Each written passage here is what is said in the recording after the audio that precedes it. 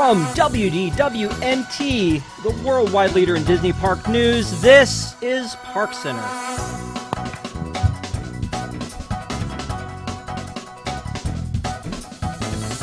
What's going on, everybody? Welcome to ParksCenter. I'm Rob Whiteside, and tonight we have Patrick Hackett.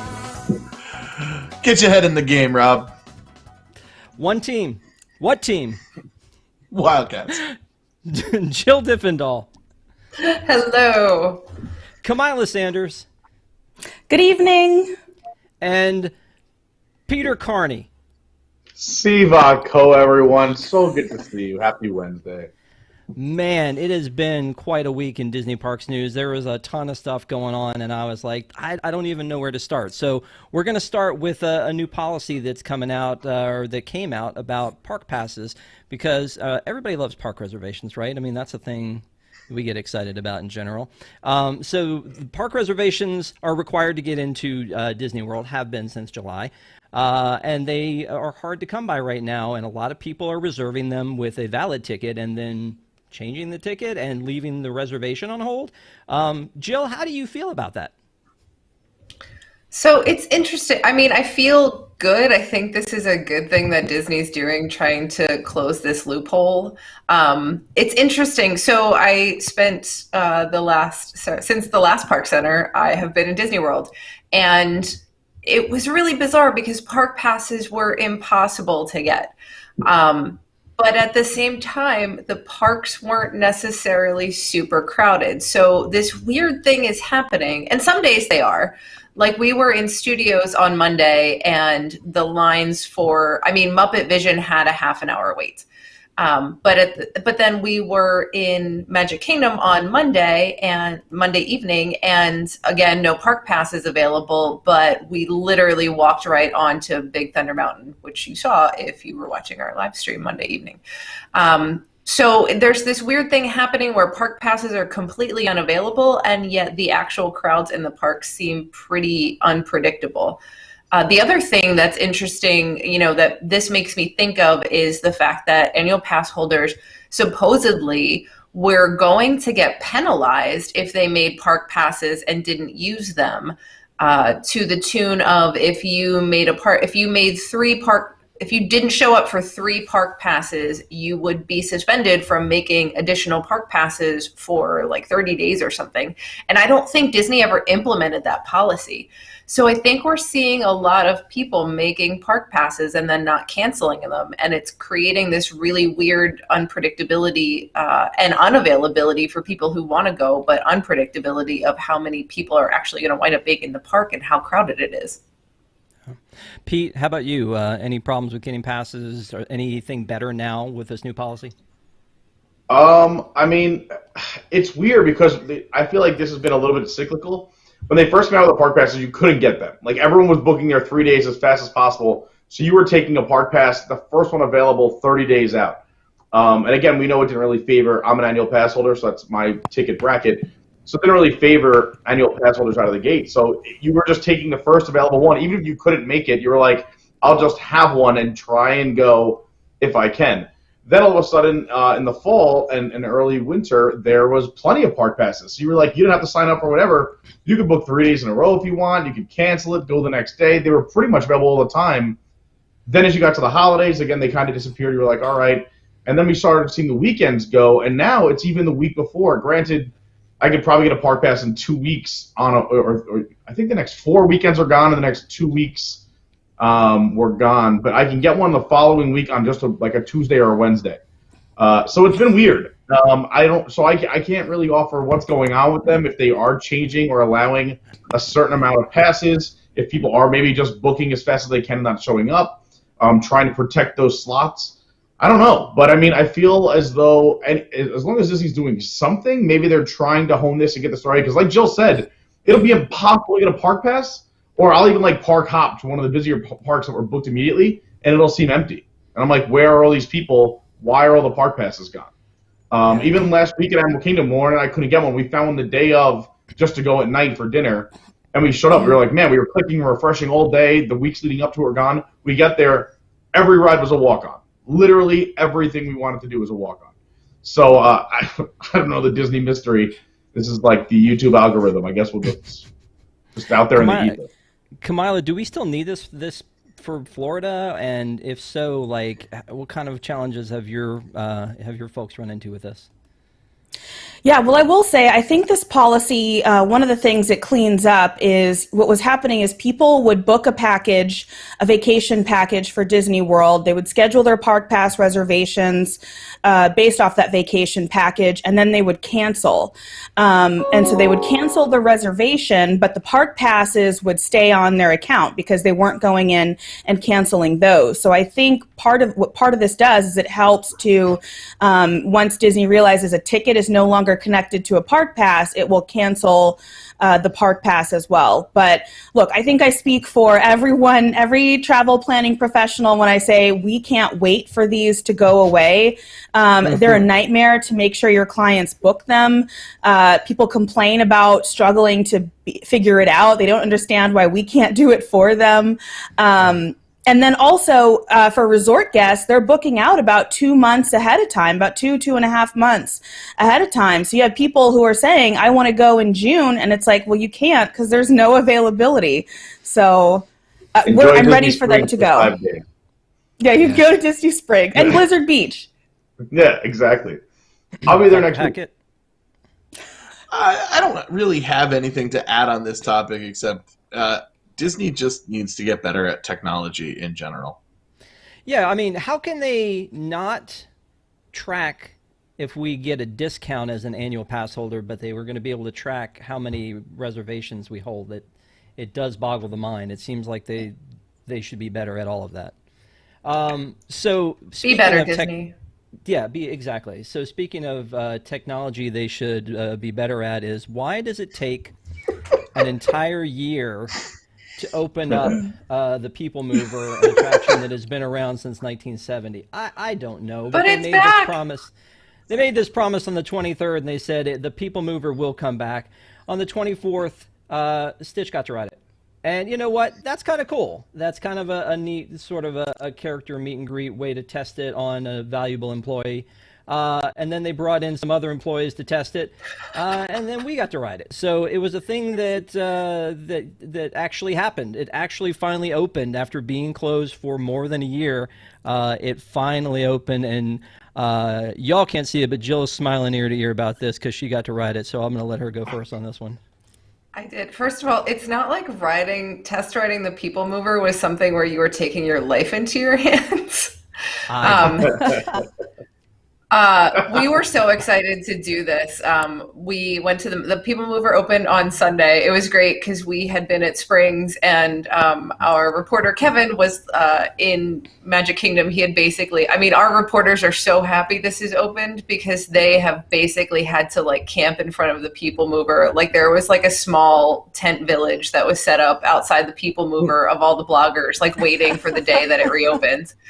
But like Kevin was live streaming and we were all like on our phones watching Kevin's live stream from Disney Springs, like, oh my God, it's open. We're so excited. So we went on Monday and literally like it was the first thing we did when we walked into the Magic Kingdom. Like I left studios without being able to use my boarding group for Rise because I wanted to go ride the PeopleMover and live stream from the PeopleMover with Eric. So yeah, this was a big deal. It was just like, it felt like coming home. Like it was so nice. It's funny because like the ride is a little glitchy, or at least it was when we rode it. Like it stopped a couple times, and when it stops, it kind of like floats backwards because of the induction motors that it uses. But that was really great. And I mean, they haven't changed anything. People kept asking, like, is anything new? Is anything different? No, it's really not. It's really nice to be able to ride the PeopleMover again. It sounds like Stitch's life was in peril. Wow. Okay. So the other thing about this is which vehicle did you like better? If you had to like pit them against each other, the Rise vehicle versus the PeopleMover vehicle, which one would win? Which one's more iconic, would you say? Okay, I have to drink because you said iconic. Here's what I want to share with you guys. And if you go back and watch the live stream video, you'll probably be able to see it. When we were in line for PeopleMover, there was a gentleman in line in front of us who had on his shoulder, they had the PeopleMover toys, I think you can still get them, that had Mickey and Minnie in them. He had removed the Mickey and Minnie, put in a Remy shoulder plush, put on a Nuimo's outfit onto the Remy shoulder plus that was like a fedora and a little vest. So Remy in a fedora was in the PeopleMover car on his shoulder. And it was epic. I was like, I need one of those. Wow. You know, I said this at Springs, is that Bob Chapek is a shrewd man, because he's realized you don't have to open new rides. You just have to close an iconic one for a year, and then people will just wait. I mean, PeopleMover is like the same line you get like when Ratatouille is going to open. It's going to be the same thing, and they spent so much money. Just close an icon. Hey guys, we can't figure out this Haunted Mansion thing. If that was closed for a year and then reopened, you would have a line out the Magic Kingdom. So, you know, I guess kudos to you for figuring out a way to spend no money and still have some hype. Yep. Patrick? Why didn't they do literally any improvements while this was going on? Like a new seat. A new seat, like I guess they spruced it up. It looks a little bit better, but come on, do something. Yeah, cleaner. But I don't know. I expect more after a year of downtime. Kamila, other than the old argument of at least Disney World has a PeopleMover. It's very true. And I'll be honest, a Magic Kingdom that doesn't have a PeopleMover that works is one that I'm okay to skip. But now that it's back, listen, I'll see you in June, PeopleMover. I'm excited. Yeah. Okay, so moving on from that to some change. I had to throw this on. We haven't talked about Jungle Cruise in a little while, and Patrick wouldn't come on unless we talked about boats, Kamila. He just would not come on the show tonight if we didn't talk about boats in some way, shape, or form. So we're going to talk a little bit about the Jungle Cruise. As we know, they are changing the Jungle Cruise. They took the Pygmy Welcoming Committee beach, and they changed it a little bit. They took out these spears. They added a duck. Looks amazing. It looks almost like a real duck. It's fantastic. And then you've got Trader Sam's gift shop has replaced Trader Sam. I love the concept that this is still Trader Sam's. It's basically, the idea is that it's a lost and found, that he's turned into a gift shop, and he's going to sell you all this stuff that people left behind. I think that's Patrick's underwear the monkeys are playing with there. And so he's got this little shop set up. But the cool thing is, and I think Tom said it too, is Trader Sam could be anybody you want at this point, but at least he's still around. And then we took this wild leap and said, oh, there's a camera here, and there's a sign about photos. Obviously, this is going to be an on-ride camera shot, which I think will be a horrible photo of the people on the other side of the boat. So I don't know how that's going to work. It'll have the backside of people. Anyway. No, you know that'll work into the skipper's routine. Like, look. Yeah. Like, Everybody look. Yeah, that's what I was thinking. And then this one's still closed. So, the one in California is going to be closed for a little while still, which is an interesting thing. You've got one that's literally still open and being worked on, and you've got one that is closed up shop and will be being worked on in a park that probably needs the capacity about now. Kamila, thoughts on all of this? Anything in particular stand out? I mean, I really like what they did with the backstory here. And I think for the people, the crowd of people who do love Trader Sam, look, he's not gone. And you get to kind of imagine what he's up to, how he is. I'm sure he'll still, to some capacity, be in the skippers' lines that they have. So I thought this was a really nice way to manage the situation. Yeah. Well, moving forward, when I picture Trader Sam, I'm picturing this. Oh man, to be in a Disney attraction, I get so jealous of Cosmic Reed that he's had his voice actually out there. This is awesome. I think we're seeing what happens if we give Disney a little bit of leeway. it's hard when they come and change these original type attractions. And you want to see them preserve it. We all have a really bad taste in our mouth from Pirates. And it's not because the scene didn't need to be changed. It's because what it replaced with didn't really fit the flow of the story. You see them really taking effort. They want to keep Trader Sam. They want to keep the name. And that fits thematically. I think the entire theme of the ride is going to change. And I think it's going to be a good thing. I just hope we keep spieling cast members. I don't want like a recording of The Rock and Emily Blunt. Okay, Pete. I like that they kept the Trader Sam name. If it's honestly, if they skipper to something really cool or fun that involves a cool on-ride photo, listen, I mean, photos pretty much come with your tickets nowadays. Almost every family buys them. If you're a pass holder, they come with it. Why not have an extra on-ride photo? Sometimes they come in handy when I want to find pictures with people that have visited me. I'm all about on-ride photos.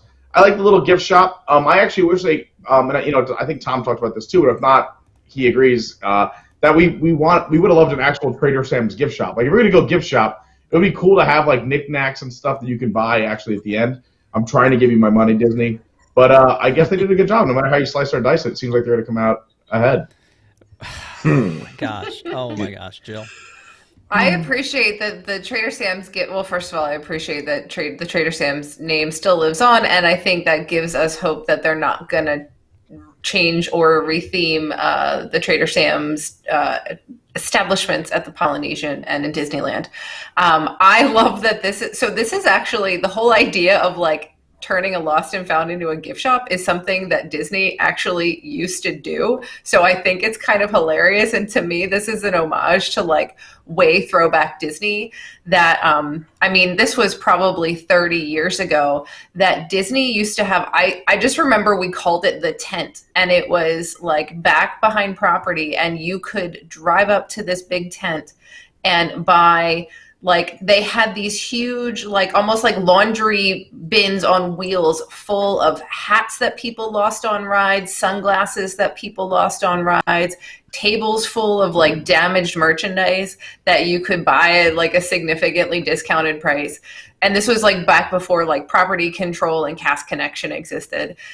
So I think to me, this is hilarious that this is a throwback to something Disney actually used to do themselves. Well, in the meantime, I wanted to say thank you to the Trauma Factor for $2 for Pete. Enjoyed seeing you in the park. So, Pete, you'll get your cut of that. Thank you, Trauma Factor. A good day to you, sir. So did not realize Patrick. I left my allergy meds behind me.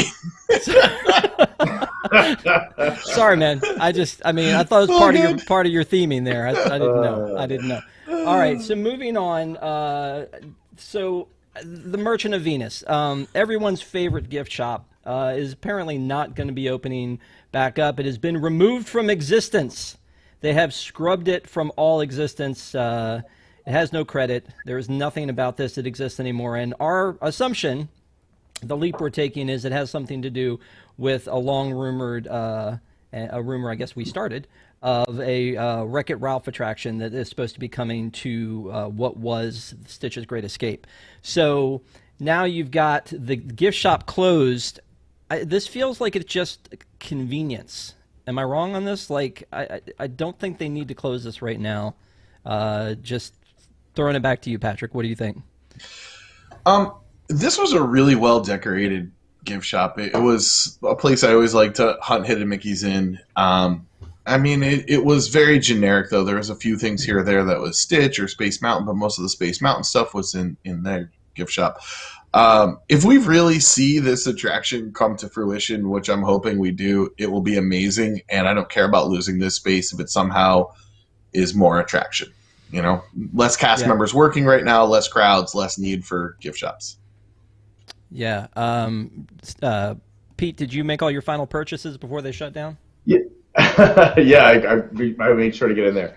I totally agree with Patrick. I was going to say the same thing, is that every attraction in Tomorrowland pretty much has its own gift shop anyway. When you leave Space Mountain, it has its own gift shop. When you leave Buzz, it has its own gift shop. We didn't really need this, so if I have to sacrifice a gift shop in a land of gift shops to make an attraction better and open up more space and have more to do in the theme park, let's go. Yeah, it's sad to see it go. There's some history. I'm sure a lot of people love shopping here, but wouldn't you rather an attraction? Like, there's gift shops. Tron's going to have its own gift shop. You already the only one missing one is Carousel Products, and you can get that stuff everywhere. I love that. I love that you said Carousel Products. That is so awesome. Yes. Buy all your merchandise at Carousel Products, including the shirt that Patrick is wearing. Yeah, and Kamila has a display behind her of all the things she bought in Merchant of Venus. That's right. It's actually, you can't see it. It's like over here.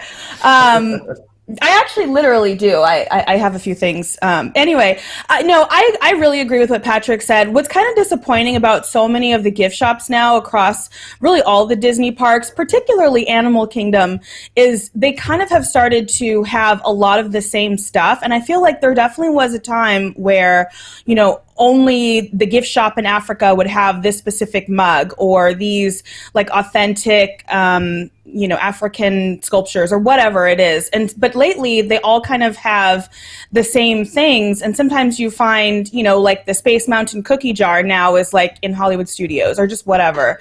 So I feel like if we get a new attraction instead, I'm all for it. And look, anybody who's been to Epcot and seen those lines of people waiting to meet the Wreck-It Ralph characters, like I still have nightmares about that. So they're popular. Give the people what they want. I'm all for it. Yeah. Jill, anything? I just want to say, I think this might be if this actually comes to pass, this might be a historic moment that instead of closing an attraction to put in a merchandise location, they are closing a merchandise location to put in an attraction, which is kind of a big deal, really. The other thing I want to say is Kamila is 100% right. Disney has gotten really super generic about their gift shops and their merchandise selection in their gift shops. And I just want to throw a little bit of shade because I was at Universal and went in the new Legacy store and the new Studios store that they just opened at City Walk. And they are actually putting really cool in-park stuff and stuff you can't even get inside the parks out in City Walk to be able to purchase. So I think Disney's moving in the way wrong direction in terms of what they're doing with their merchandise, and they need to take a hint from what Universal's been doing. Yeah, when you go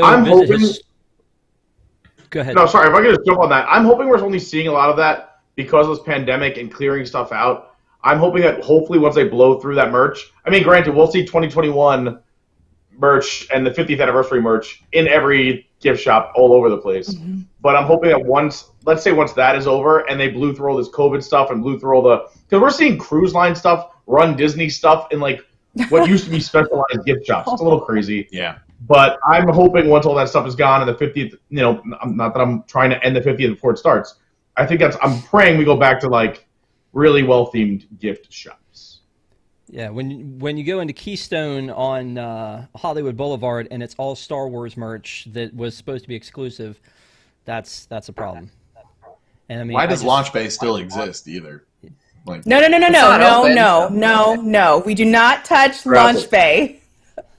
Wrap it. Look. I just want to be able to be Kylo Ren again. Is a boat. I would get on it. Thank you. Launch Bay was And BB-8. There's an actual bay, and you can launch a boat into this bay. These are good ideas. These are really good ideas. We've lost control, Kamila. We've lost control. I will say, like, the last thing we need to be talking about is Star Wars, really. So Star Wars, they have this Art of Star Wars book that just came out, and stuff like this really just hurts my heart. Now, this is concept art of stuff that was supposed to be coming to Tubatu. There's a lot of stuff, but this was supposed to be roaming through the land, and you were supposed to be able to ride it. What? No, that's so like, oh man. And then we've got concept art of things flying around and extra stormtroopers. Were the pathways supposed to be triple the size? They can barely get a small cart down these pathways. Yeah, look, maybe. I get this was a blue sky thing, but I have a real hard time believing they were ever going to go through with that. Yeah, well, it looked incredible. The one thing that we are told that they were going to do was an actual table service restaurant, which I feel like that needed to happen as much as, that should have happened. And You'll I get see it. that Yeah, in the this next is a lot of 5 blue years. sky stuff that they talked about that didn't come to fruition. But man, the complaints people have about Batu, all of them would have been solved if some of this stuff would have taken place. So because you're wearing the merch, Pete, I'm going to go ahead and throw this to Kamila first. You know, my honest thought when you said the table service restaurant was maybe Space 220 is actually going to open, and it'll still be at Epcot, but it'll be like an extension of Batu. I don't know. So maybe we're still going to get it. I mean, you know, let's not give up hope. But look, I think Batu and Galaxy's Edge and all of that is a start. And I think they will continue over the years to add to it, develop it, evolve it. I'm ready. Yeah. Peter? I mean, I think we're all thinking the same thing. Like, it's unfortunate. I don't even know how this book came about because, like, it's really Disney being like, look how awesome we wanted to do things, and here's what you got. I mean, we still have an incredible land. It is really, really cool. You know, if you didn't tell us all the other things that we could have had, all those shiny objects, we would have been like, oh, I mean, we knew this was budget cut. It was very well documented. Imagineers came out and said it. We reported on it. Everyone was saying how budget cut this land was. I just hope that, like they say, and we've said this for many years, you know, things in Imagineering never really die. So I'm hoping that you'll see some of these things pop up over the next few years. Obviously, right now they're spending a ton of money. Also, this regime is saying they're trying to cut back, but you never know. It might be 5, it might be 10 years. But maybe we'll see some of these things come around even bigger and better. But I think we need to learn to appreciate what we have right now. Batu, like, is still considered new. It's a pretty amazing land. I've seen one Star Wars film. I love Batu, so I'm happy with what we have. I know everything could always be better, but they did a great job. I think personally, I'm not trying to be a beggar. Patrick. One day. I don't think that Ellie, I guess that's how you pronounce it, that could ever possibly work. There's nowhere to queue for it. It's supposed to be an impromptu thing. People would lose their minds about it. So I'm glad that that's not there, even though it looks amazing. I was curious about the floating blue milk cart. If you could pop that back up, you had that in the concept art. They said that the blue milk cart was going to float. And I kind of want to see how they were going to pull that off. Pete said it best. We have an amazing land here. Yeah, like, how's that going to work? Do they have technology that we don't know that exists? Well, plus there'd only be one dude pouring milk, and like, just pouring when I blue go, milk. there's at least 3 or 4 pouring milk, and everyone says they don't like the milk anyway. So I actually love the milk. That milk was very exposed to the sun. Oh God. They're doing the best they can. I think that it was budget cut. But we have is still amazing, and we should be thankful for that, especially in the times when people at Disneyland haven't had parks for a year. So enjoy it. Yeah. Anything, Jill, before we move on? I just want to say, I think we need to keep in mind that this is concept art from the entire evolution of the land, and assuming that everything we see concept art for was actually going to happen is probably a little bit of a stretch. Again, like the floating blue milk cart. Sure, that looks really cool, but I don't think that was ever a thing they were going to try to do. But also, I think especially the table service restaurant, which is probably the thing that I hear people talk about the most in terms of what the land is missing. I don't know that we think that's never going to happen. From what I understand, the buzz is that the location is supposed to be over there to the right of where Rey and Chewie come out on the upper deck kind of thing. And there's a building there that I think they could put a counter service restaurant into. So yeah, all I know don't is know what that this that'll never rag happen. says, and it says reveals canceled plans. So again, it's wdwnt.com. Check it out sometime. I don't know. Not everything you read on the internet is 100% true. That can't be right. That doesn't seem right at all. No, that can't be right. I saw an Abraham Lincoln quote that was really good. Okay. So we talked about this a little bit last week that we've heard rumors that little park in Anaheim is going to be open tomorrow. But they talked about, hey, if only California residents, and it was like, well, if you've been vaccinated, you can come, And then they were like, we're not really sure about that yet. And so Disneyland finally confirmed that if you were not a California resident, you would not be able to come in no matter what the state of California said, to which Universal said, come on, bring it. Vaccinated, out-of-state people, we want you to come out here. The one thing that it didn't occur to me at the time, but reading through this article, is that you can't show proof of vaccination because you can't be vaccinated if you're 16 or under. And so you're basically saying, no kids in my theme park from out of state. Ooh. So I like this theme park, except for I have the one kid. Do we want a bunch of teenagers traveling across state lines? They're practically fireworks. I'm just saying. You have the same. We're going to see this change really quick, in my opinion. I think this is just to kind of say, all right, all you guys who have missed it for a year, who live around this local area, who this was your home, come on back first. We'll let you have like the first month or the first 2 weeks. You know, go to Universal. Everybody else, if you really must come in the first month. But then they'll probably open it up to the whole country as long as you're vaccinated and say you can come in. I think this is really just kind of like giving those super hyper locals a chance to say, like, come enjoy your theme park. You haven't been here in over a year. Yeah. Jill? So here's an interesting thing, and somebody just brought this up in chat, and it's a very good point. Right now, children under the age of 16 cannot get vaccinated anywhere because the vaccines have not been cleared for use in children as of this point. And maybe that's a big part of Disneyland's decision, that it's not, by using vaccination as a restriction, that you're not going to be able to bring your kids to Disneyland. And so I don't know. I mean, I'm not saying by any stretch that is their motivating factor, but I think it's a possibility.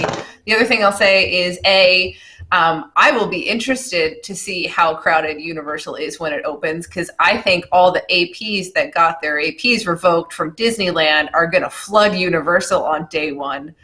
And rightly so. I think they should go make a statement, crowd Universal and give them your money. But also, I think Disney is just way behind. We saw it in Orlando too. Disney was pretty far behind the curve of Universal. Seemed way more agile and ready to adapt to what was going on and open as soon as they could. And Disney took their sweet old time. And I think that's what they're doing here too. Yeah. Kamila?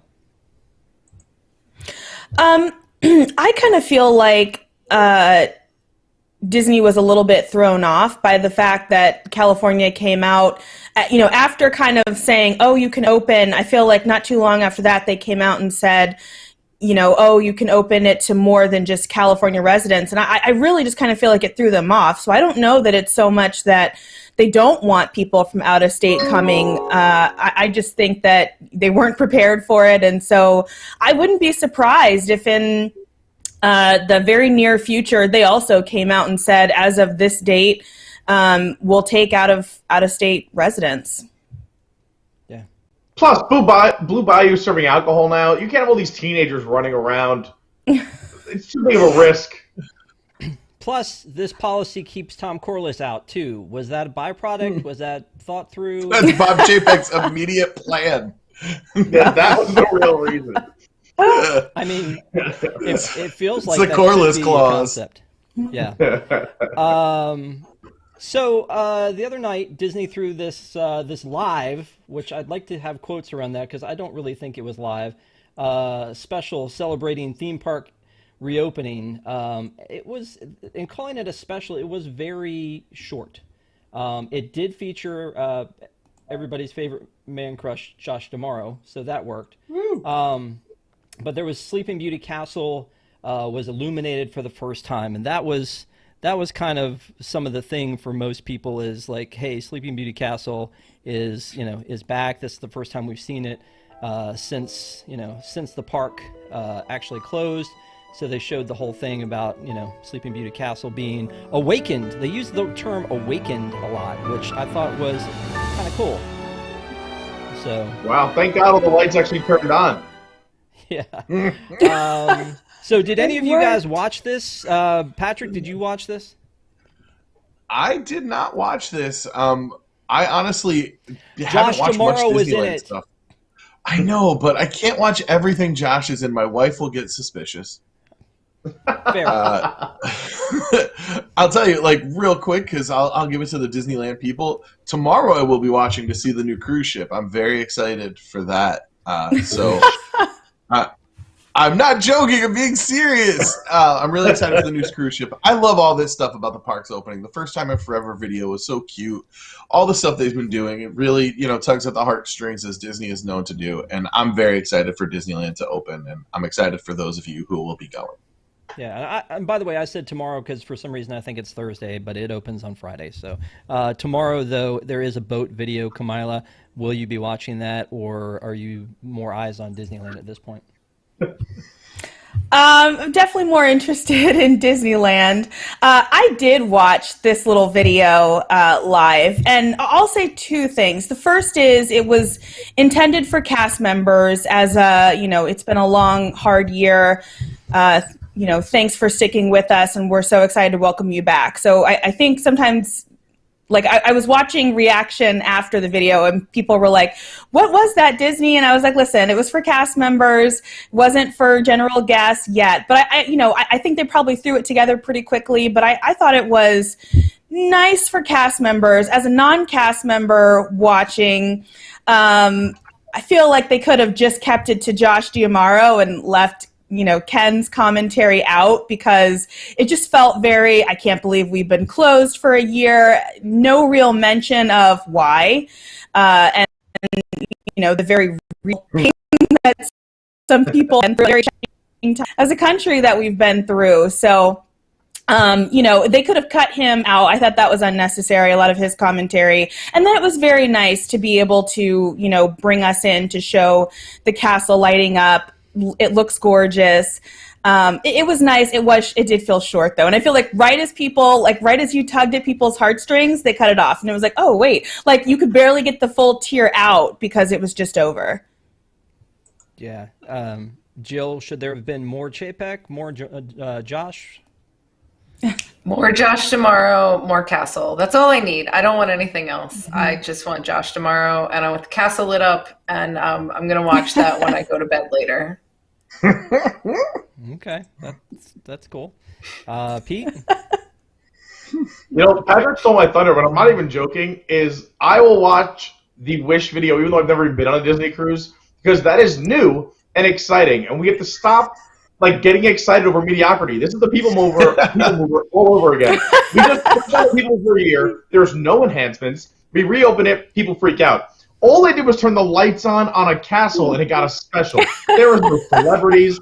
Where was the pyro? It's not like people were going to gather. You could have had pyrotechnics and fireworks. We just literally flipped the switch. Here's some lights on a castle, and people lost their minds. Tired of the mediocrity. Let's get some show back. I'm ready for Disney to be Disney. I mean, where was the pyro? Where was the fanfare? Don't get me wrong. Tomorrow's great. Love the guy. Hey, Josh, I love you. I'm just saying, give me some Disney magic. You can't, you tug at our hearts with a song. I get it. We all love it. We just want to hear anything in front of a castle. Come on. Let's get some magic back. Rant over. Yeah, I'm just saying, though, this is a park that is beloved and is the only one that never opened, and it's 410 days after it closed, and it's finally opening. I think it's kind of a big deal. I get what you're saying. Enjoy it. Yeah, I get what you're saying. And that was the first time it was lit? Malarkey. I'd love to see the Pinocchio who told that lie. So some other things have been happening while the park's been closing. They've built this big building in the background of Toontown, and they very tongue-in-cheek put up this sign that said, "What big building?" Very funny. This is obviously for the Mickey and Minnie Runaway Railway. There's Tom Corliss apparently standing there. I don't really know. He's stuck in. Yeah. But I thought that too in that plaid shirt. That's totally a Corliss shirt. Yeah. So, but this is pretty awesome, right? And there are these slats here that look like the the green hills of Toontown will rise again, and they'll put them up here and hide this big old building, as opposed to the Guardians building in Epcot that we are stuck with believing is not there because it's sky blue. What building? Yeah, it's kind of crazy. I'm excited about that ride coming there. We've all expressed our feelings about what we lost here for it, but then they've got these really cute little like ground markers, which I'm looking at it and I'm like, already these look like they've been up for about a month. With all the wear and tear on them. I mean, they look cool. I mean, I will give you that. Pete, will you have one of these? I know you like these sticker things. I do have one outside of my door that says, please, yes, one from Disney outside my door. That's cool. Yeah. I mean, to be honest, I'm just excited for no ground markings at all. I'm just tired of ground markings. I just want people to meander freely around the parks. So yeah, am I happy about this social distancing thing? I know, but it's pretty sure. Yeah. They also share, we got this bird's eye view of Avengers Campus from Google. That the Avengers drive cars? Yeah, it's crazy. They had that little car drive through there. Speaking of driving through, though, what really bothers me is that this red car, and I don't know if you can see the building in the background, but the red car that goes up and down, through here and down Buena Vista Street is going to come out of an Avengers hangar. Like, I have a huge problem with that. It doesn't, like, thematically, it's going to have to drive by Guardians Tower. Could they not have fixed that somehow? I think it's a good point, and I saw some people kind of getting into discussion about that. I mean, look, do you want to get the campus or not? Hopefully it's something that eventually they fix. But the other thing is, I was thinking, it looks like they've got, with that parking lot, maybe some extra room. So maybe some expansion space, which is also exciting. Yeah.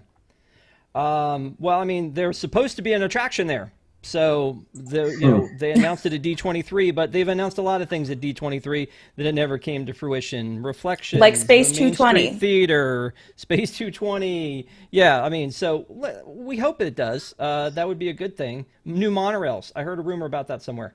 Could be where they're putting the new Harmonious Parking Lot show. Pete, how do you feel about this, the Enchanted Wish? Is this enough of a new thing for you? Because I know you're saying, like, hey, you shut down and open back up. Is this enough new for you? I mean... Of course. This is exciting. Okay. I mean, I know people are going to be upset. Like, obviously, if you take something away, everyone's upset. But this looks cool. This is exciting. I'm for this. This is a Pete Carney-approved chain. Nice work, Disneyland. That's big. That's big. You're good. Welcome, Disney. You got the seal of approval there. I mean, Patrick, you didn't watch the video, so we can't talk to you about it. Too many backstage secrets today, Rob. Jill, did you watch the video? Oh, you're on mute. Jill, you're on mute. We can't hear you. Oh, no. I mute because my keyboard's so loud when I type. I went back and rewatched an old POV video because I haven't been to Disneyland in a really long time. So I was kind of like, I don't know if I'm going to recognize what's new or not. And as I'm watching the new ride through, I'm like, this is a lot of new. And then I went back and watched the old one, and I'm like, wow, that really was a lot of new. Like, I think, look, first of all, I think it's more in story, because a lot of the stuff they took out was like, skeletons in the Queen's like dungeon and like creepy trees and stuff, which are fine and give a lot of atmosphere, but they're not part of the story. I think they actually put more of the story in with this, and they did a really nice job with it. It doesn't look cheap. It doesn't look fake. Like, it doesn't look sloppy or quick or speedy. I think they did a really nice job with it. And I understand, like, sure, it should they have changed? Did they need to change it? I don't know, but they did a good job with it. And I think this and some of the other stuff we're seeing is kind of like, Disney can do a good job. Like, I think sometimes we don't give them enough credit that they can do a good job when they try. It's just, we've also been burned at what happens when they phone it in or cut the budget too much or rush it or whatever. Yeah, I agree. Yeah, but so they also released this picture. Ken Potrock released this picture of him on it, and I feel like he's just mocking me. I feel like he's like, "Hey, look what I can do. I get to ride this and you can't." And then I saw this picture and went, "This kind of looks like him too." Like I don't know why, but I like. Wow. I mean, no, nobody else sees that. Okay, all right. Does that ride operator look miserable to anyone else? You can tell like he knows he doesn't have to smile. He's got the face mask on. The ride operator like, just let's go. This is the 19th Just take the picture. Get it? I just want to lodge a minor complaint that I rode Peter Pan the other day, and I had a unhappy cast member who did not sprinkle pixie dust on my lap bar, and I was really sad about it. How did it close? What day did you go? It was on the live stream, actually. It was Monday evening on the live stream. Yeah, every Monday evening they replaced the pixie dust for the week. You should have went Tuesday Maybe they morning. ran out. The new shipment hadn't come in. Yeah. I just think it's not safe that you rode that attraction without a lap bar. I also want to point out that Ken Potrock has 13,000 followers on his Instagram, and Josh Jamar has 124,000. Just throwing that out Rob, there. that means you Wonder have why. more followers on your Instagram than Ken Potrock. I do. I have more followers than Ken Potrock. That is, and yet he's mocking me. That's not cool. One last one, Pete. Do you approve of this? They've changed they said there are going to be changes to the Haunted Mansion. They added a cat and a pretty portrait and some dividers. I love this. Is this the magic we were looking for? Yeah, I mean, you can tell they put some thought, time, and effort into. I mean, the dividers are great. They're the theme. To me, they cleaned it up. I mean, like it still has that spooky effect, but like you can just tell they kind of like brought it up to current times, where like people now of all ages can appreciate. This is the perfect way to plus something or to spruce something up. This is what I kind of wish I did on all attractions when the parks were closed for a year. Is kind of add little things here and there. You have the times you can bring people back, put them to work. Even if it was fresh coats of paint. To me, I know that there were times when people had to social distance, but a lot of people can work from home, and you could plan these changes or just send one guy in to do the fresh coat of paint. But this is beautiful. So happy to see this. Great job to this team. And I don't know if anybody else watched this ride through. Patrick, I'm going to give you a pass on that too. But on this ride through, one of the things that obviously shot out to me was that the stretching room in Florida is just, for show. The one in California serves a purpose, and so you have to still do it. I'm kind of jealous of the fact that they still have the pre-show there. They saved the best for Disneyland. Wait till those wait times come out. It's going to be a disaster. All I know is when they come out with like a cat that you can buy that has the one red eye lit up, I will own it and I will need it immediately as soon as it's available. Okay. It is coming to a Memento Mori near you. I certainly hope so. I hope they sell it here in Orlando and like no one will really understand what it is. Actually, no, I really just hope they add the cat to Orlando too. So we ran a little long tonight, so thank you for sticking with us.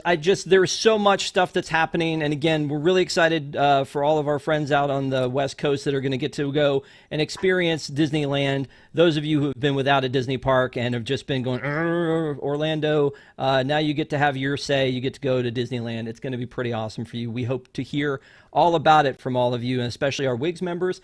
Big shout out to our WIGS members. Thank you guys so much for being part of the WIGS experience, let's say.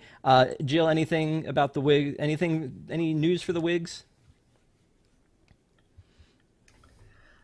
That's an excellent question. Nothing I can think of off the top of my head. I know I talked about last time that we're planning some good stuff for when News Tonight is on break. That's still in the works. Stay tuned. Yay, WIGs. We love you. Thank you. Yeah, and if you want more about the WIGS program, go to patreon.com/WDWNT.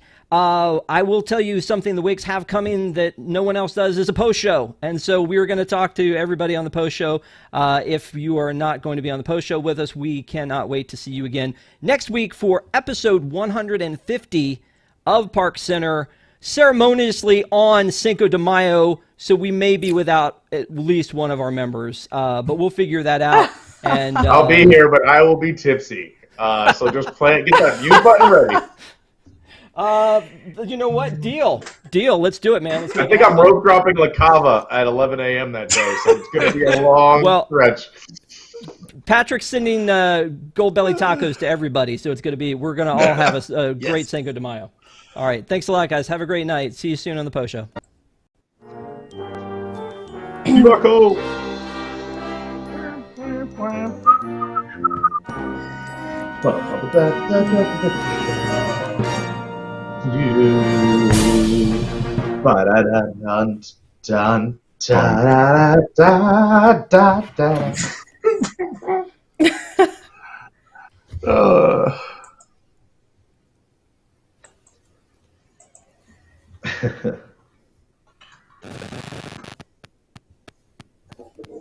I already have it, Archbox. It's my bookshelf.